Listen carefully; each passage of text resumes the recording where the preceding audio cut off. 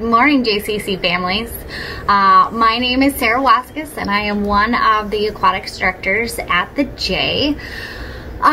Today I thought I would talk to you about heat-related illnesses now that it's getting warm and summer is approaching. I thought that would be a good idea. I know that these three heat-related illnesses that I'm going to talk about do get confusing, so I hope I can help you understand them a little bit better today.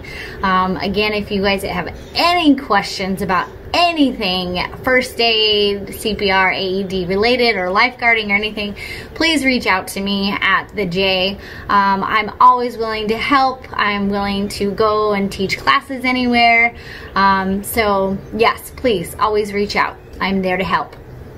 So there's three heat related illnesses that we're going to talk about today. Okay, so heat cramps is the first, heat exhaustion is the second one, and heat stroke is the last one. Okay, if you can remember those in that order, the very first one is the least severe, so that's heat cramps.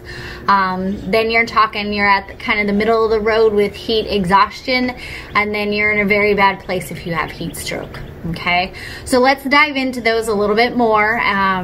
So heat cramps. Okay, heat cramps is just a muscle spasm is basically what that one is. It's the least severe. It's like getting a cramp in your leg. At that time, your body's telling you that you're dehydrated, like you need some water or some electrolytes soon. Okay, so if that happens again, you're dehydrated, so you need to drink something. Okay, now the next one is heat exhaustion. Okay, heat exhaustion is where your cooling system is becoming overwhelmed. Your body is having a hard time cooling you down. Okay, if this happens, some symptoms, some signs, you will be cool, pale, moist skin. Okay, you'll have a headache, you'll be nauseated, dizzy. Okay, again, your body is telling you that you need to rest, get out of the sun or the elements, and get something to drink.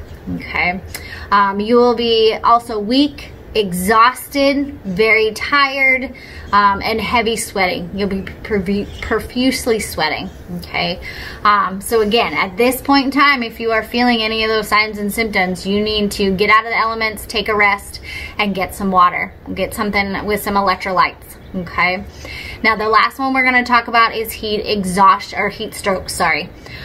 Heat stroke is the very last one, and that is the most severe one. Okay, at this point in time, your body's system is so overwhelmed by the heat that causes your system to basically stop functioning. Like your body is starting to shut down at this point. Okay, some signs and symptoms: you might lose consciousness. You might be in and out of consciousness. Okay, your skin is very hot. It looks and appears really red. Some people look red and pale. Your vision, you'll have vision problems. You won't be able to see. You'll kind of have double vision. You might vomit. Okay, and then you'll stop sweating is basically what will happen with heat stroke. You will stop sweating. At this point in time, you need to contact 911 because heat stroke is the most severe. It is life-threatening. Okay, so if you feel like you're in stage 3, which is heat stroke, you need to call 911 as soon as possible.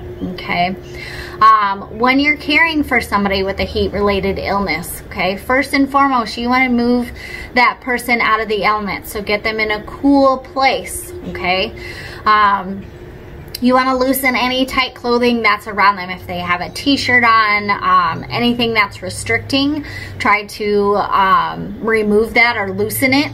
Okay, anything clothes-wise that is soaked in sweat. If your t-shirt is just soaked in sweat, remove it, get it off. Okay, cool the victim by misting them. If you have a hose, mist them with water or a wet towel. Okay, you don't have to turn the hose on full blast and blast them in the face. You want to take their temperature down slowly. So give them a mist of water if you possibly can. Fan the victim also if you can, okay? And then encourage the victim to drink in small amounts. Sip some water. Sip something with electrolytes. Coconut water is a good one. Milk is also a good one. If the last thing you have is water, then give them water. But they need something with some kind of electrolytes or sugar in it, okay? So again, to recap, you have 3 heat-related illnesses that we need to watch out for. Heat cramps is the first one. So if you have like a muscle cramp, that is your good sign of you're dehydrated. You need to get some electrolytes in you or some sugar, okay?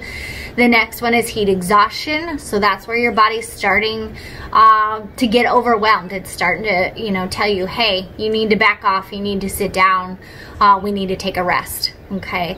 And then the last and the most life-threatening and severe is heat stroke. So that is when your body is starting to shut down. So you definitely need to call 911 as soon as possible, okay?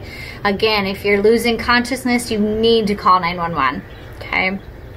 So again, if the victim is looking pale, get them in a cool place. If they're overheated, get them in the shade, cool them down as much as possible, get them something to drink, okay?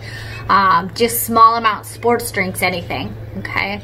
Again, I hope this video helps you all. I would love to see you all in a class, or I can come to you and teach a class. I am up for anything, so please reach out to me, and I hope everybody is staying well and healthy. Hope to see you all soon.